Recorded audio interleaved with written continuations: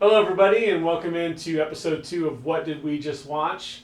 As always, we have Corey. How's it going? And I'm Dustin. And we watch these movies that are pretty questionable. And today we definitely have one of those.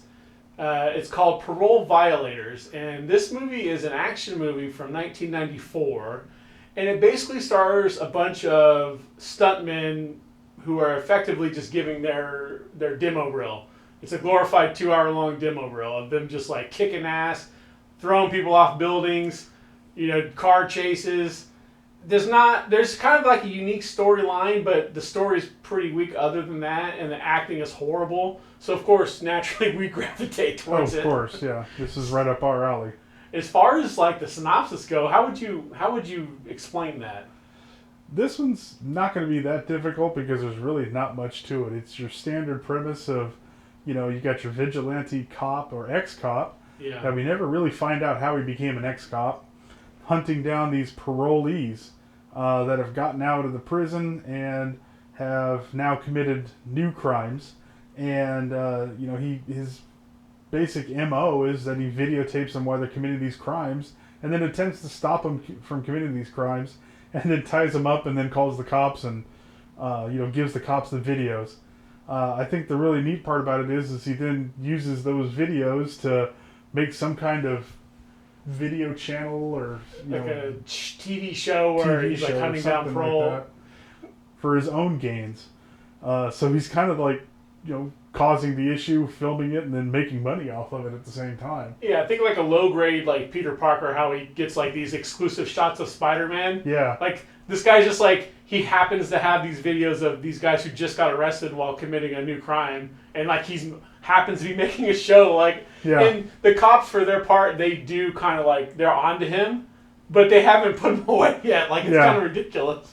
Yeah, I think all the cops are like for what he's doing because they can do stuff or he can do stuff that they can't do. Yeah. But they don't get too far to that, but that's kind of what you get. There's a comment made by the cops. Yeah, the whole legal aspects of it is completely out the window. They don't dwell on it. They just go straight into the action. Yeah. The main story kind of picks up when this like the main bad guy he gets out of jail, and this guy's like a bad dude. Like he's think the worst possible crime other than murder, or maybe just as bad. What some people do to people who are younger, we'll just say. Child raping is a part of his MO. Yeah, so he gets out of prison, and naturally our hero goes up to him and starts harassing him. Of course, it's in the script. Yeah, so he pisses him off, and then what happens? He pisses him off, and immediately, they just happen to randomly be in the same park together with all these kids, and he stops him from taking another child and doing things to him. And so he's kind of like pissed off about him for that. But after that, it's all become a vendetta because then he goes after his, you can call it his girlfriend or fling or something? Yeah, it's kind of, you don't really know. She loves spaghetti. She loves spaghetti, which we'll get into. It's like, probably his like girlfriend / fling, and he goes after her daughter. Right, goes after the fling's daughter, and of course then it becomes personal, and now the girlfriend and him go after the street gang. Yeah, and then the one street gang, which are like close. Yeah, I would say so. I would say that, or at least some kind of. Yeah, they're being portrayed as. Yeah, and then at least the leader is, and then it's also a multicultural gang. But then they also later team up with the skinheads to go after this guy. Mm-hmm. And as far as the story goes, that's pretty much it. It's just like this big, rock 'em, long, sock 'em, beat 'em up, show. Yeah, just a bunch of ass kicking. Mm-hmm. That's like the basic story. Now, we just watched this, so it's fresh in our mind. What's the first like scene or like theme or whatever from this movie that you think of? Well, the very first one I think is when we get into it is the liquor store scene where you get a no-name character, and this is where he starts to rob the liquor store, and of course our vigilante parole hunter guy is right there filming it, and he can't let him get away with just filming it. He's got to go in and do something. So he tries to stop him with the one-liner, and then proceeds to beat this poor homeless-looking guy's ass with a video camera. And then ties him up and then just tapes the VHS tape to his forehead and then calls the cops. So this one's going to be one of those ass-kicking, great movies. Yeah, like there's a I don't know if they did this on purpose, but it's not even really a foreshadow. Like during the fight scene where he's beating this guy up, like Corey said, he's like Corey was saying, he's like smashing this guy in the face. Yeah. This is the best camera ever. Yeah, it's like a freaking brick. But what's the foreshadowing thing is like during the fight, you wouldn't think twice about it, but he kicks the guy out the window. Oh yeah. But this movie, I don't know if I've seen a movie where people go through more windows in this movie. I think a glass company actually sponsored the movie. And yeah. So the more windows that break, the more money they got out of the movie. Yeah, so that's the introduction. And that's like, it makes sense that it sticks out because that's like the first thing you see. Oh yeah, that's the first like really good fight scene. I just feel bad for the stock, no name, passerbys that are in the movie. Because this poor guy that's just in the store buying chips gets just butt stroked with this guy's shotgun for no reason other than just to do it. Yeah, they really like showing off any kind of stunt they could, so they just jam-packed as many. Oh yeah. Punches, kicks, like out the windows, through glass, rolling over cars. Yeah, it's just crazy. It's definitely a stunt reel that was somebody's pet project, and you can tell where he's coming from.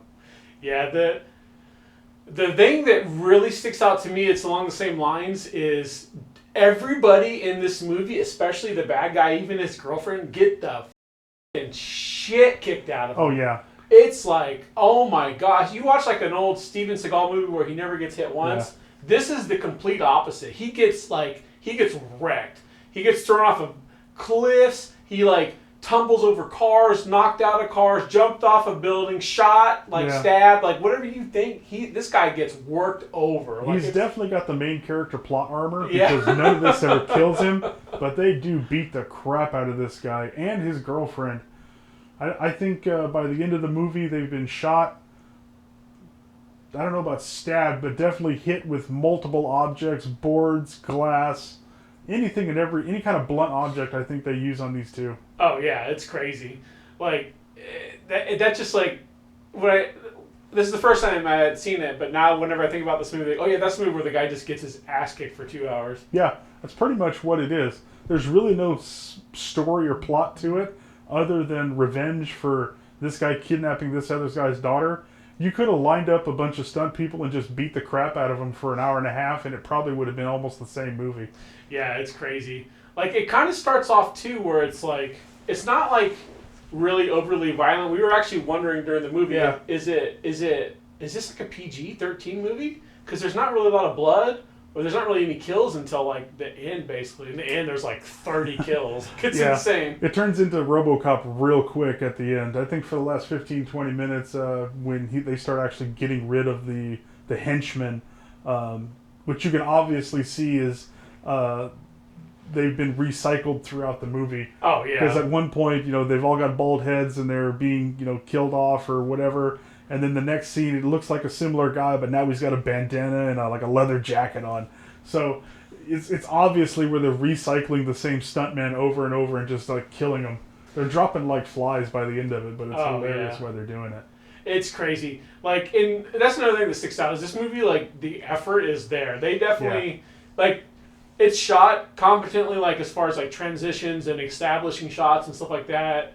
The movie's in focus. There's good audio. Yeah. So it's competently made, and they're trying hard, but the acting is just really drags it. If you care about that, like I don't give a shit about that. I don't either. I mean, obviously we don't. I mean, that's why we watch these. That's why we're here. There was some one-liners. What's your favorite one-liner? The one that I remember the most is at the end where there's a spoiler alert. There's a chick fight. Yeah. The hot biker Terminator chick is fighting the main character's girlfriend, and she throws her up on a nail that's sticking out. Yeah. Or she falls on it or something. Oh, I think she's on her back. Oh, like she's doing like a rear choke, and she just kind of runs her back into the wall and runs like a really long nail through the back of her head, and she's now hanging there from the nail. Yeah, and then she's like, hope you had your tetanus shot. Yeah. Standard, main character, stick around looking type of one-liner.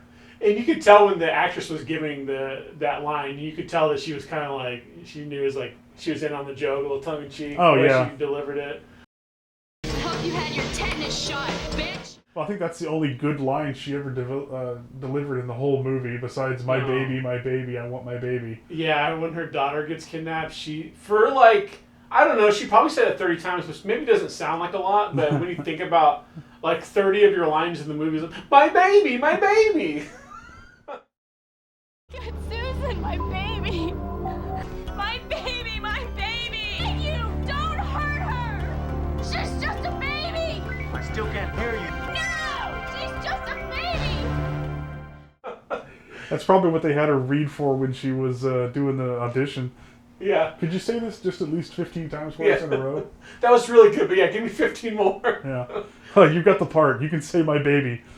Oh, what's awesome is there's a scene, like, so after the kid gets taken, they run into the bad guy like 5 times in 5 different scenarios, and like, sometimes they get away, sometimes they don't, like, and the kid gets taken again, and it's just all this crazy stuff happens. But there's one time where they track him down at this house, and like there's like 5 to 7 goons, and then they have like in the typical fashion, the bad guy has like instead of just like killing them, because that's what they want to do, they say, you got to fight this guy, and meanwhile this daughter, if you don't win every 30 seconds, we're going to poke a hole in this raft that she's sitting on in the middle of the pool, and she's going to sink. Yeah. And the guy's like, he just like repeats it. He's like, but if you poke a hole in it, she's going to sink. She's going to sink. It's like, no shit, dude. Yeah.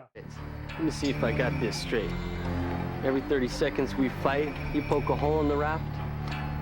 Maybe you don't realize when you poke a hole in the raft, the air's going to leak out. And the little girl will sink. That's a good one. So they set up this death trap, and for no reason, like. Oh no, they could have just easily shot him, killed him. I just want to know how many times were they going to go back to that same bar and expect a different result. Yeah. They went back to the same bar at least 3 times trying to get information, and each time they got their ass kicked and drug out of there to a different scenario where they tried to kill them, and then they of course got loose and went back to the same bar again. Yeah, much like Ricky O, it's kind of hard to keep track of because, like, it's just a bunch of action sequences. Yeah. And they use a lot of the same locations, which it's a low budget film, so it makes sense. But it's like they go back to this bar, like you said, like 3 times. The first time he goes there by himself to get information, I want to say. Then he goes back with a mom right after the girl gets kidnapped, and then like they get their shit wrecked bad there. Yeah. Yeah. And then they go back, like, after they escape that shit wrecking, they go back, like, 10 minutes later again, and then I think another time, too, maybe. I think so. There's either 3 or 4 times, but I know the last time they went back to the bar, they got into a fight. I mean, these guys were the same guys that saw them get into the bar fight the last time they were there, but yet they're acting like, oh, these are new people. We've never seen them before in our life. And they wind up going, oh, well, if that's all you want, I can take you right to the bad guys. And then they walk outside, and the outside now turns into the backyard pool scene that Dustin described earlier. Yeah, it's so weird. There in that part Corey was just talking about the bouncer that was there the first time. After like this little scuffle happens, he just said like, my name is Bouncer. Yeah, his name was Bouncer. It's like, how can I help you, or something weird like that. It didn't make any sense. Why not pick on somebody your own size, pal? Now, that's being mean. My name is Bouncer. You need something? Popcorn would be nice. That's supposed to be funny. Hey, you guys get along real good. Why don't you go outside and play? Like, we're looking for Chino, which is the main character, bad guy. Yeah, and like, oh, well, why didn't you say so? We'll take you right to him. And then the fight was over, and they walk him to the backyard, and he's in the pool. Yeah, which is obviously not the location. No. Because it was like a bar like out in the boonies, and then it was like, it would cut to that pool scene at a house in a clearly residential neighborhood. Which is obviously probably somebody's house on the cast or on the crew. They're like, oh, yeah, we can use my backyard, just clean my pool. And they didn't wind up cleaning the pool either. No, there's leaves and dead body. So during that pool scene, it's crazy because one of the henchmen who's like, he got his nose broke earlier. Oh, yeah, that was a good one. The editing was a little rough, but I'm almost positive. We'll double check. It looked like... We'll put the scene up right here. You can see for yourself. The girlfriend, like, shoots the guy in the crotch, like, 5 times. Mm-hmm. And then, obviously, he's incapacitated. But the rest of the movie, which takes place, I want to say, within the Within the next day and a half, yeah. Maybe the same day. Yeah. He's just fine. He's just walking around. He's got the same jacket and clothes on for the scenes after that too. Yeah, he's got the same busted nose. Yeah. But they don't ever mention him getting his crotch blown off. Like, no. It's crazy. The movie's kind of like they just went for it. Oh yeah. And it's kind of hard to keep track of a lot of the stuff, but it's like if me and you had some skills in karate and just like a camera and said, "Hey, what are you doing this weekend?" Yeah. Coming soon. Yeah, no kidding. There's a part. Oh, and it comes up. This is another spoiler, which is stupid to even say, but after one of the times where he gets captured, they take his girlfriend away, and he's like surviving this car wreck, and he gets out, he gets his gun. Meanwhile, he hasn't fired a shot. Yeah, he doesn't. He takes the mag out, takes the top bullet off, and looks at it, and puts it in his pocket. Yeah, like foreshadowing. Yeah, foreshadowing, but it doesn't. There's no reason for him to have done that. Yeah. At all. So and then he loses the gun within 5 minutes after that. Yeah. So it had to have been the same day because the bullet was still in his pocket, unless he just wore the same pants. He wasn't though, because remember they went to the doctor. And then like it was supposed to be like 2 or 3 days later because they were now in the church scene, and he kept squeezing her. They had changed clothes. That's right. So he just every day when this dude gets dressed, he just puts a new bullet in his pocket. Yeah, for some reason. Okay. Most people carry a lighter or a pocket knife. No, I carry a 9mm bullet with me wherever I go, just in case I meet the bad guy. You mentioned it, and you're the one who saw this, the squeezing. I think we need to do a squeeze count. Yeah. Just have a squeeze count up on the top. I don't know if I can do that because when I go to edit this, I don't have 4 days to edit this movie. But so he's like trying to comfort her after her daughter gets into a coma. Yeah, she goes into a coma after like this severe drowning that she gets in the pool. And he's squeezing her shoulder to comfort her like this, but he squeezes her like a lot. But like you also have to remember, she's in the church chapel of this hospital, and they're doing their dialogue, but he is like rubbing up on her. It wasn't really going to town on her shoulders and arms. And it's almost like creepy. Yeah, it wasn't like, man, sorry, bud, that happened. We'll get him next time. It was more like. Yeah, I mean, it was almost like in the scene earlier when, they had spaghetti. Yeah. Oh, yeah, that's a good time. The spaghetti scene. So, in the beginning of the movie, right after he gets the first guy in the liquor store, he goes to... Oh, no, it's when Chino gets out. Yeah, Chino gets out. He meets up with Chino. They have their little video conversation, and then he goes to what looks like the police... Auto shop? Where his girlfriend works, but she's a cop. But anyway, so he goes up to her and like he's all pissed off because this guy got out, but like why would he expect her to have any control over that? She's just a cop. She's not a judge. Yeah. She doesn't sentence people. Like what the hell? He accuses her of not doing her job and all this other stuff. Yeah, they get into it, and the whole time they were having to yell because they're in an auto shop. It's loud, and then out of nowhere it just turns into like him basically like hitting on her, and then she's like okay, but she's like all for it. Oh yeah, like she doesn't hesitate. I think one of the lines was, well, you want to come over for dinner? She's like, if it's anything like last time, the food was cold, but everything else was hot. Yeah. And I'm like, you got to be kidding me.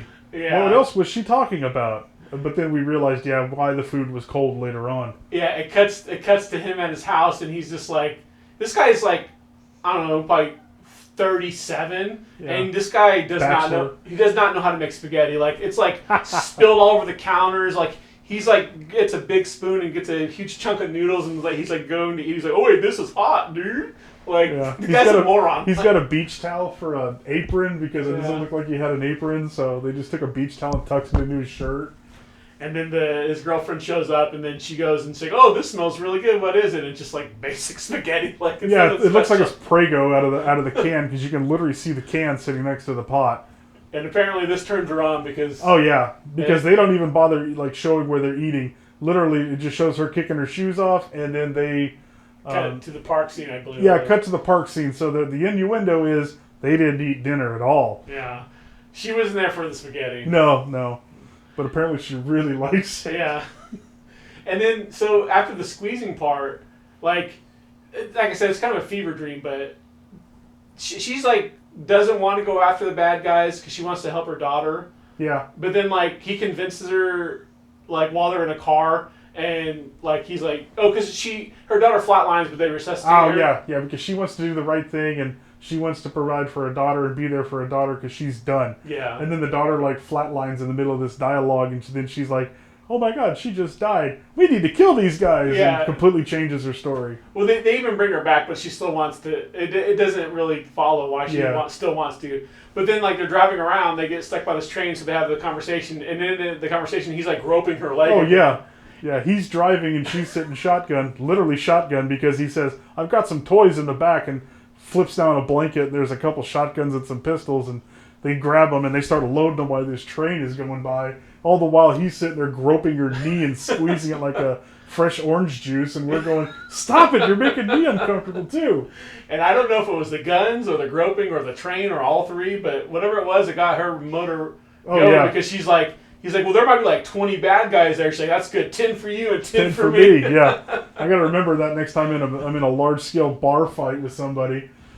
So she's just game to go after this street gang. Oh, yeah. And like we said earlier, at some point, Chino and his interracial group of, gang, they go to the skinheads of all people. Yeah, they look like this junkyard, and they just like, hey, do you want to go after this guy? And I guess Chino is a known child rapist. Yeah. And they're like, well, we don't deal with chomos, but I really hate that guy too because he put me away in prison. So I'll work with you even though I don't like you, but I hate him even more. Yeah, like I'm not an expert, but I know a few things about the California penal system. Mm-hmm. So first of all, the races are separated, and we have skinhead and like guy. So they weren't going to be celled up. One, and in the conversation they said they were celled up. Two, like people who hurt children are there. It's called on site, which means you either like paralyze them, like give them brain damage, or kill them on site. For most gangs, they've got a green light for most gangs. Yeah. If they get out of protective custody at any point, their lives are in danger immediately. Yeah, whether it's we're out in the streets or in prison. In prison. So no, this scene just like makes no sense if you know anything at all. But it's just hilarious. So they team up and. Basically, it is like 20 guys against him. Well, it only shows like 5 or 6, but ultimately at the end, they've killed like probably 30 people. Yeah. This is an interesting part. So right after this is when this pretty hilarious character jumps in. It's the guy from Internal Affairs. Oh, the Internal Affairs guy that continues to follow them around menacingly, taking notes of everything they do. Yeah, like he's, as we mentioned before, they are investigating them. They are kind of onto him. So this guy, he's like a typical like Poindexter nerd type cop, and he's following him, and they eventually catch him. But when they catch him following them, like the skinhead gang shows up. Yeah. And then they get captured again for like the 5th time. They're not that good, trust me. And this scene is so weird and hilarious. Like obviously, the main guy, he escapes, and half the skinhead gang chases after him. Yep. And there's like 2 or 3 guys who are staying behind watching the girl and the IA guy. RIA. The girl says, first of all, tell her what's the first thing she does. Yeah. So her best plan is she's going to try to seduce the one guy that has a shotgun to her face. Now, the way she tries to seduce him, I don't know, it looks like she's got some kind of disease or ants or crabs or something that she's trying to itch. She's like, trying to be seductive, but she's shimmering, like shifting around. And but the cameraman took this opportunity to get the most how to say this? Crotch shot. An ambiguous crotch shot twice? 2 times, yeah. 2 times? He scans down, like doesn't zoom in but focuses. Yeah. And then zooms up to her like taking her shirt down and then zooms back down again, and it's just like, really? It feels dirty. It does. You feel icky after that whole scene. And of course, the main bad guy that's holding her hostage, what's his name? Goon? Oh, yeah. Goon is Goon's all into it. Yeah, Goon's into it, of course. And so basically, then the IA guy's like, well, this isn't going to look good on your report. That's his line. He keeps saying that every time they do anything. I don't think he has really any other lines, does he? Yeah, a few like random ones. Yeah. And then that pisses off Goon because he likes what he's seeing. And then something else happens, and then she convinces him. Meanwhile, the other guys are still chasing the main guy, and he kills a couple back of and them. forth, back and forth. And she convinces Goon to let her go pee. She has to go to the bathroom. So he's like, okay, well, he has a shotgun, mind you. He's like, okay, well, you can go behind that bush, but make sure you shake the bush so I know you're there. So, like, she goes like 30 or 40 yards away, which you're getting to the end range of like the lethality of a shotgun, kind of, potentially. Yeah. It's getting kind of questionable. Especially behind a bush. Behind a bush, and where not only that, you just can't see where she's at. So she goes and takes her pants off, ties it to the tree and shake it. I'm shaking it. It's so annoying the whole time. She's like, I'm shaking it. It's almost as bad as My Baby, My Baby. It's up there with number 2 for the worst lines in the movie. I'm shaking the bushes, Goon. Can you see me? Shake, shake, shake. Shaking those bushes. Like you told me, shaking the bushes. Yes, sir. Shaking the bushes. See it shaking? Number 2. So anyway, she gets away, but then circles back around, and the main guy comes in and kind of cleans house. But during that struggle, the Poindexter guy gets shot in the chest from like 10 yards away with a shotgun. Oh, yeah. Don't care if it's birdshot or buckshot. You get hit in the chest from that far away, it's going to put a hurting on you, even death. 10 feet max. So basically, and then he doesn't die from this. They make it seem like he's bleeding out, and now the movie shifts to the end battle scene. Yeah. Which is like 30 minutes long, by the way. Oh, yeah. So they get to the main battle scene, and the Chinos gang is already there. The rest of the skinhead gang that's still alive is coming back. Poindexter's there, bleeding out, and they just basically like, why didn't we like do anything for him? He's like, he'll be fine. He'll be fine. They just leave him there. They literally take him from the woods, put him in the car, and you think, they're going to take him to the nearest hospital. Nope. They take him to the bad guy's hideout, drag him out of the car, haven't even called this poor guy an ambulance, and just say, here's his notebook, he'll be fine. Throw him the notebook, and then leave to go kick ass somewhere else. Yeah. Now, mind you, he's probably a good, half a mile from where they have their end fight scene? Oh, yeah. Easy. They take off quite a long way. So now we're at the big last battle. And I know this review kind of seems like totally discombobulated, but this movie is just following the movie. It's just so like, there's so much nonsense that happens, and as much nonsense as we've seen so far, it just gets ratcheted up in this last part.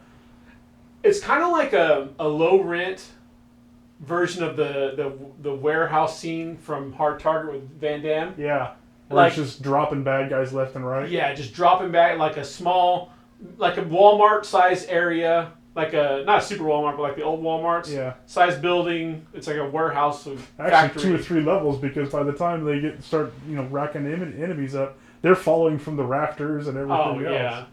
And so the battle commences. So during this last part, what's like one of the things that sticks out the most to you? I don't know. Probably like the one scene where this guy had enough time to get rappel gear on and tie off and rappel upside down while shooting. Well, of course he makes it down about halfway before he gets popped 2 or 3 times. And now he's just dangling from the ceiling upside down with all this rappel gearing. I mean, I don't know about you, but the next time I get into a gunfight, I want to make sure I've got rappel gear and rope and everything else with me. Yeah, and it's not even like a commando. It's like a street guy. Like, why would they have that? This is everyday number 2 that's in the whole scene. It's crazy. To me, what sticks out the most is what I said before. They just blast so many people. Oh, yeah. And through windows. Windows are probably one of the more lethal things to the whole entire movie that get destroyed the most. Car windows, regular windows, everything. If you see a window in a scene, there's a good chance somebody's going through it. It's getting busted out. Oh, yeah. Easy.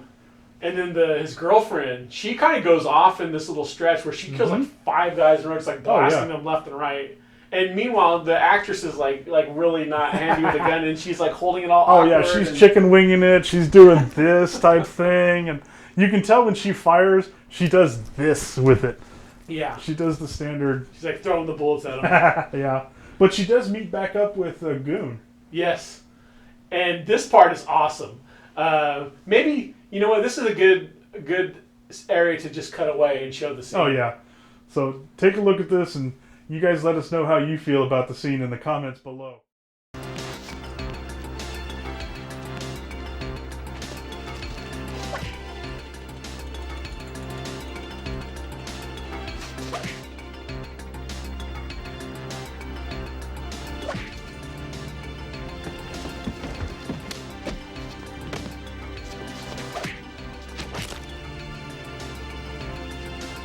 Here, Tracy, let's keep going. Bird neck. So what did you guys think? How was it? Pretty awesome, right? Yeah. And this is like a good, to me, example of how this movie just went for it. They just like, you could tell they were filming this like, how are we going to kill this guy? It's like, oh, what if she kicks him? It doesn't really work. She kicks him again, yada, yada. And then the third time, he leaves his head, and the other guy kicks it and spins it all the way around. From outside the frame, he just doesn't see him coming and just, snobber locks him right in the face. Yeah, so, and then about this time is when kind of like the skinhead gang is kind of taken out, right? Yeah. And so now Chino kind of him and his goons come in. And the first thing they do is they just blast his girlfriend. Yeah, she gets like hit in the chest at least once at icing, I think. And she goes down, and you don't see her for a while. Yeah. And then now it's just the main guy and like 6 goons. So he's just kind of picking them off. And he just kind of battles his way through the... Yeah. It's just like a long fight scene. It's a whole run and gun fight scene. There's nothing really more to say about it. It's just a good old fashioned, slaughter fest at this point. Yeah. They've finally taken the gloves off from the first 45 minutes from the movie. Instead of just now beating people up, they're actually putting them down. Yeah. In different ways, no less. And so he kind of works his way to the top of the warehouse. Yeah, he finally makes it to the top of the warehouse. And at this point, it's just him, Chino, and Chino's right-hand man who's been in it the whole time, which we haven't really talked about. And they get out and they get his attention. They drag his girlfriend out, her dead body out. And they're like, oh yeah, this is your girlfriend and she's dead. She's going to be just like you. And then, like, they don't even wait for reaction. The guy is like, 150 yards shooting upwards, like nails the hero in the chest and then shoots him in the leg. Yeah. And then so he falls down and he like slides off this roof. And as he's sliding off, he's like blasting. And he blasts the goon. Yeah. Kills him. And then, not the guy named Goon, he's already dead. But this is just the second in command. Second in command. Chino. And then Chino, but he hits the roof of a car and he's like wasted. He's not dead, but he's on his deathbed. Yeah. And tell him what happens next. So.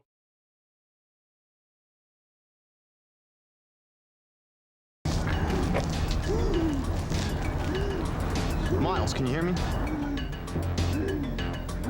Miles, can you hear me? Drop your weapon. You're under arrest. Under arrest? For what? What did I do? For the rape, murder, and kidnapping of children.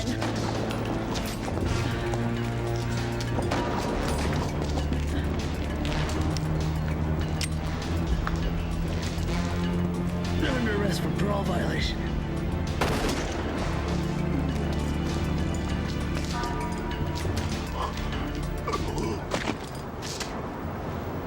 You're under arrest for parole violating.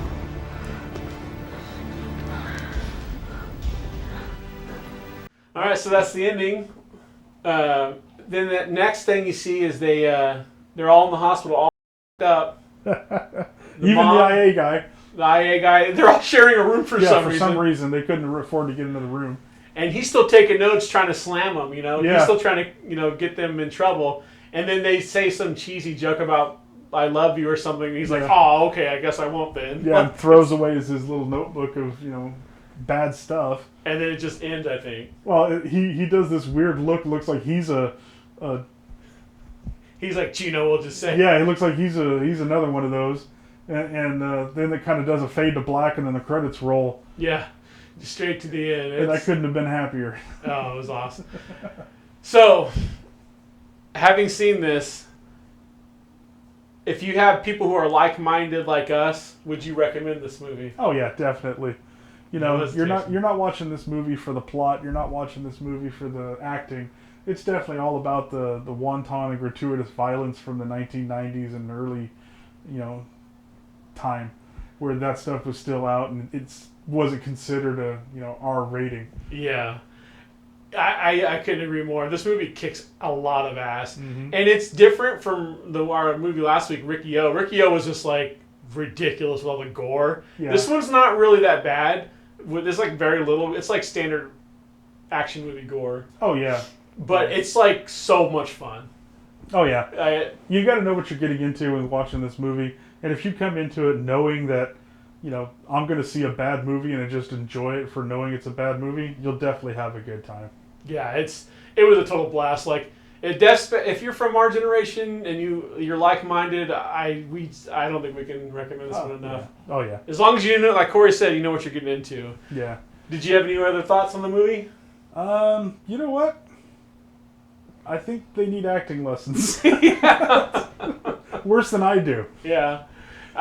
Yeah, it is what it is kind of thing. I enjoyed it, but a few housekeeping things. We're working on some different angles. We're gonna definitely continue with this. We're trying to get a live reaction version of the show going too, maybe as a monthly treat or maybe a Patreon or something like that later on. We actually filmed it today, but we had a technical issue. I didn't put a full battery in apparently. So that one's not going to be coming out. It might show up, and it got to the very end. So you got like 95% of the movie. So maybe it'll be some sort of lost episode at some point. But yeah, we're looking to adjust the format here and there, and we're going to still work on the lighting and the scenes and stuff. Well, it's just we're trying to improve as best we can. We're working on things. Any comments that anybody that wants to leave, we're more than welcome and we're receptive to the those comments. If you guys find movies that you guys want us to watch or have a look at, drop a link or drop something in the comments, and we'll definitely take a look at it. Yeah, like I'm pretty sure you are too, but I'm just having a blast with this. This is fun. Yeah. So like we'll probably be doing this no matter if nobody ever watches it, but yeah. So yeah, if you enjoy it, we can always share and like it and stuff like that. Yeah. Anything else? So just remember, like, share, and subscribe. And keep your pants on in the middle of a battle in the forest. Nah.